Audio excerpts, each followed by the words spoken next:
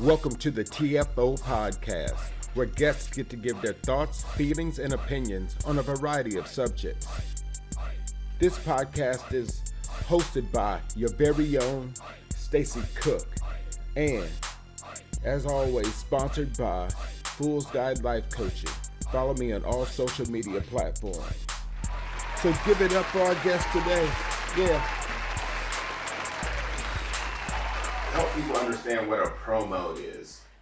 Basically, a promo is me making money just off of my friends.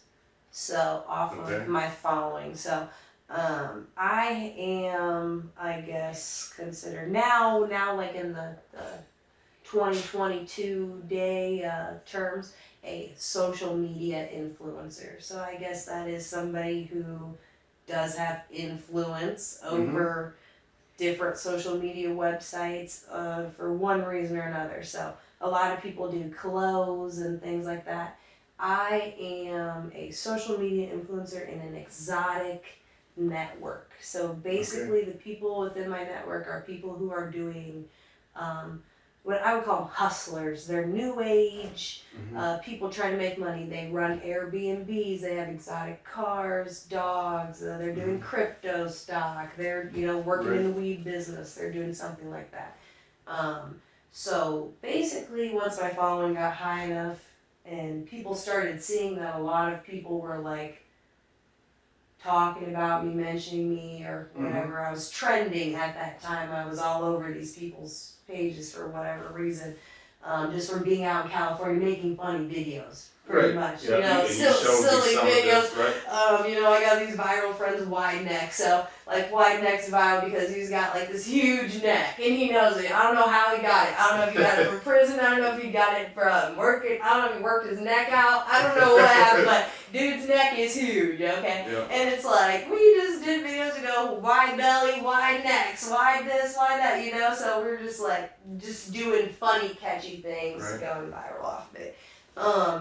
At that time, then people started kind of like asking me if I would post them on my social media so that they could get some of my friends, so that they could see the people, More views. Yep. They wanted more people who could potentially buy stuff from them, buy dogs or buy this or buy that.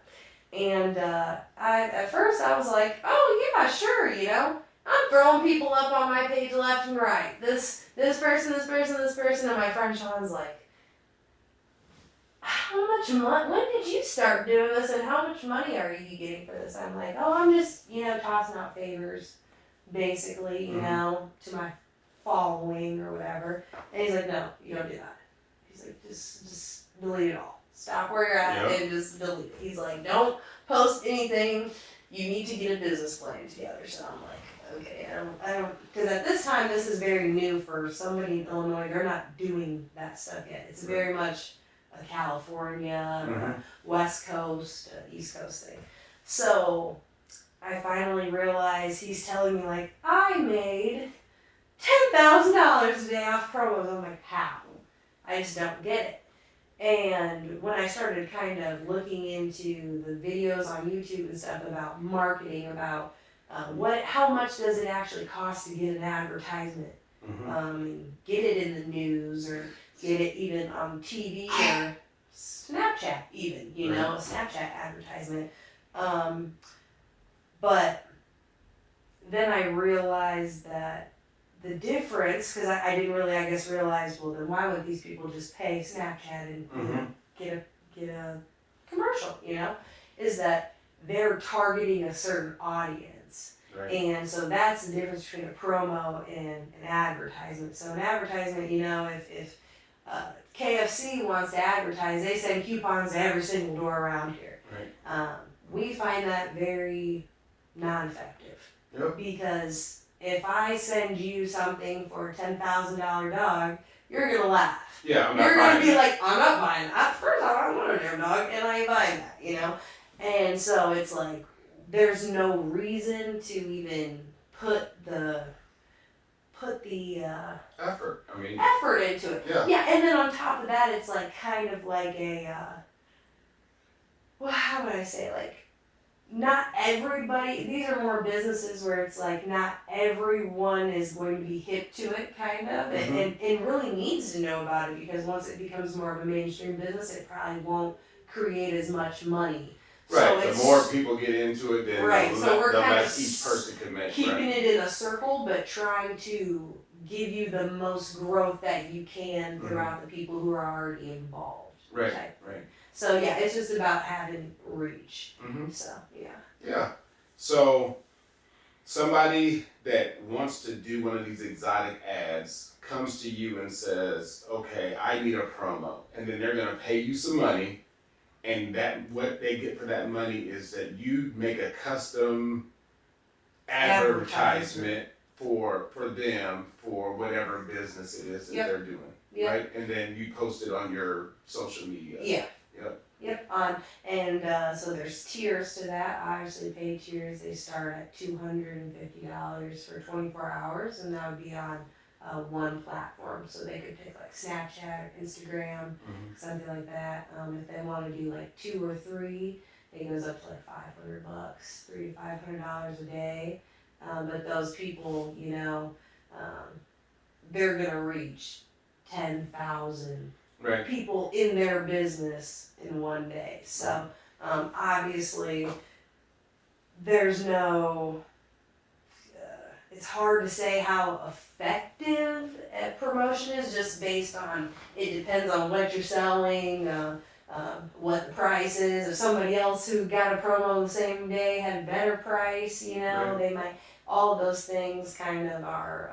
But that's the same thing we go through with other social media ads. If I put out a Facebook ad for my business, they'll say, we're going to reach X 1,000 people. Right. I'm going to pay that same $200 and some dollars, but I don't know who those people are. Exactly. Where they live. They could be in Georgia. I think I had somebody in Georgia, like, I don't know where you're located, but I can't seem to make it to where I want to take a class, but I can't seem to make it to your class.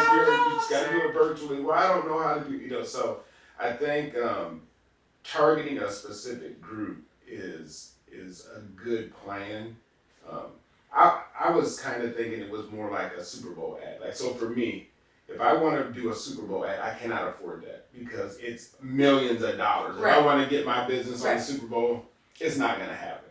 But I could take a lesser amount and still hit the same number of people that want to buy what I'm selling, and I can do it for way cheaper. $1,000 if that's what it is. If I can, and there's kind of a carryover, right? So if I post it with you, then those people that are your friends also have friends of their own too, and then so it kind of carries over. It carries down to some of the other folks as well. So. Oh yeah, definitely. And there's a group of people who everybody's kind of got a job. That's what I'd say. Like, people always laugh because I'll say, my boss or something, and they'll be like, you don't have no boss, you don't work anywhere, but it's like, but really, there's a chain or a pyramid to everything. So, no, they're not directly my boss, but there is somebody who is the almighty promo god, So that person is like, if you're not in with that person, you're not doing promos. Like, you might have a following, but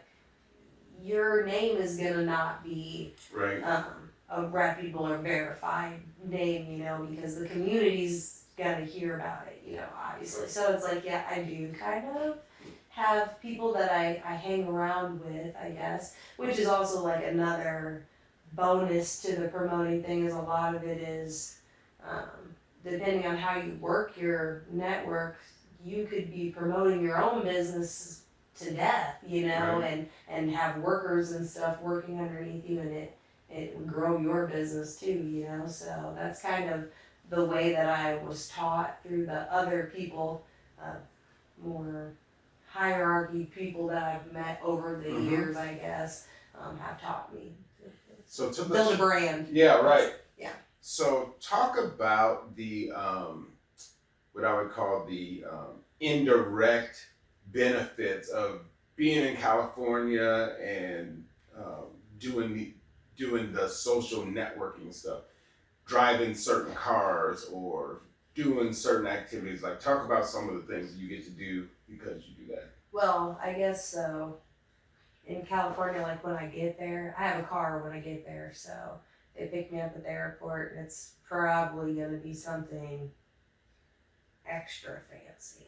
Dream car, Lamborghini Urus or something like that. I guess I could pick, if I wanted to. But yeah, so pretty much I get to ride whatever car I want, as long as it's not a regular car, I guess, because those kind of seem hard to come by for me. So I'll be able to drive a fancy car. The dinners are crazy. Yep. I mean, I'm talking about new cars on dinners. Going out, it's expensive, but it's things that I think people watch on Love and Hip Hop or something like that, and they're like, oh, these famous people are doing this and doing that, and it's like, but we're not really famous, I guess, but we're still kind of in that lifestyle there. Yeah. So we're staying on the 50th floor of the nicest apartments and doing, whatever we want, really. Yeah.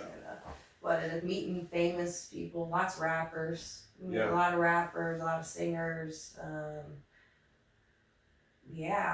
lot of movie stars, stuff like that. People who, it seems like now that the cannabis thing's more mainstream, it's a lot of people who are like in different industries that are kind of trying to like dip into that. So. Oh, for sure. Yeah, there are a lot of basketball players. Yeah, a lot of basketball players. A lot of businesses. And stuff. Yep. So I've been fortunate enough, I guess, to meet, hang out with those people, go to birthday parties, and get FaceTime calls and stuff from people, and it's nice because I think a lot of it's like I still haven't reached where I want to be with all of that, I guess, so I haven't really made it a big deal yet. So I guess I'm just working up my network, and then one day I'll say I have this big huge network of people, but right now it's kind of like my Quad Cities people are very minimally involved in what I used to. So how do you take that business model, because it is a business model and it's a good one, right? I think that for what you guys are doing, you're telling, I think people would say, anybody can say that they're driving in these cars because they don't see it, or anybody can say that you're going to these parties or doing these things, but I mean, I remember you sending me the picture of the 24 karat gold steak or whatever you guys are on some yacht. $1,500 steaks, yeah. Oh yeah, they're best steak I ever had. Well, as it should be. As it should have been. As it should be. Yeah, but I think that's kind of where I'm at with it. I think once I feel like, I guess, I have realized over just throwing certain things out to people that it's almost like unbelievable. So for me, it requires me, every time I'm somewhere, I probably look like a group because we all do, we take a lot of pictures, but I think not necessarily because we're trying to prove to other people how we live, but also because, I mean, my kids one day, I'm gonna be like, I was eating $1,500 steaks, and look at you guys are eating ramen noodles, you ain't eating nothing, or something like that, but just to say that you did it, just to have the memory, because a lot of people don't get the opportunity, and I think it's like, I can tell someone else the business, I can give them everything they need to know, but they probably won't have the success that a lot of us have had. Yeah. It's because it takes the intangible things. You have to be the person that can walk in the room and make things happen. And there's a lot of people who try to buy themselves into it, and you find that you say, where'd that person go? They spent all the money buying promos from this person. We built them up, to all these people, and now they're gone.